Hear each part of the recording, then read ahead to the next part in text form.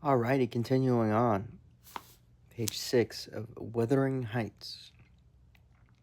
While enjoying a month of fine weather at the seacoast, I was thrown into the company of a most fascinating creature, a real goddess in my eyes, as long as she took no notice of me.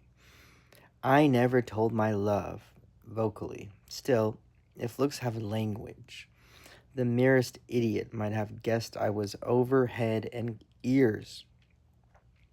She understood me at last and looked a return, the sweetest of all imaginable looks. And what did I do?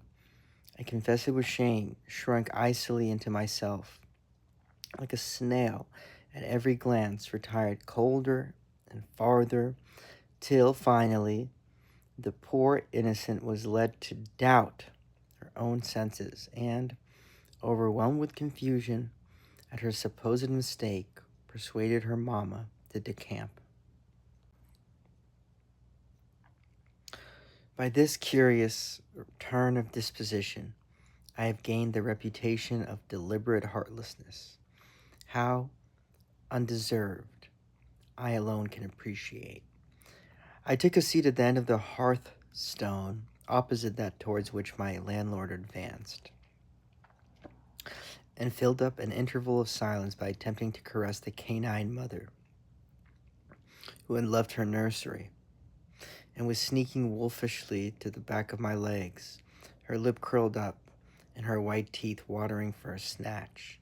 My caress provoked a long, guttural gnarl. Better let the dog alone, growled Mr. Heathcliff in unison, checking fiercer demonstrations with a punch of his foot. She's not accustomed to be spoiled, not kept for a pet. Then striding to a side door, he shouted again, "Joseph!" Joseph mumbled indistinctly in the depths of the cellar, but gave no intimation of ascending. So his master dived down to him, leaving me vis-a-vis the ruffianly bitch and a pair of grim, shaggy sheep dogs, who shared with her a jealous guardianship over all of my movements.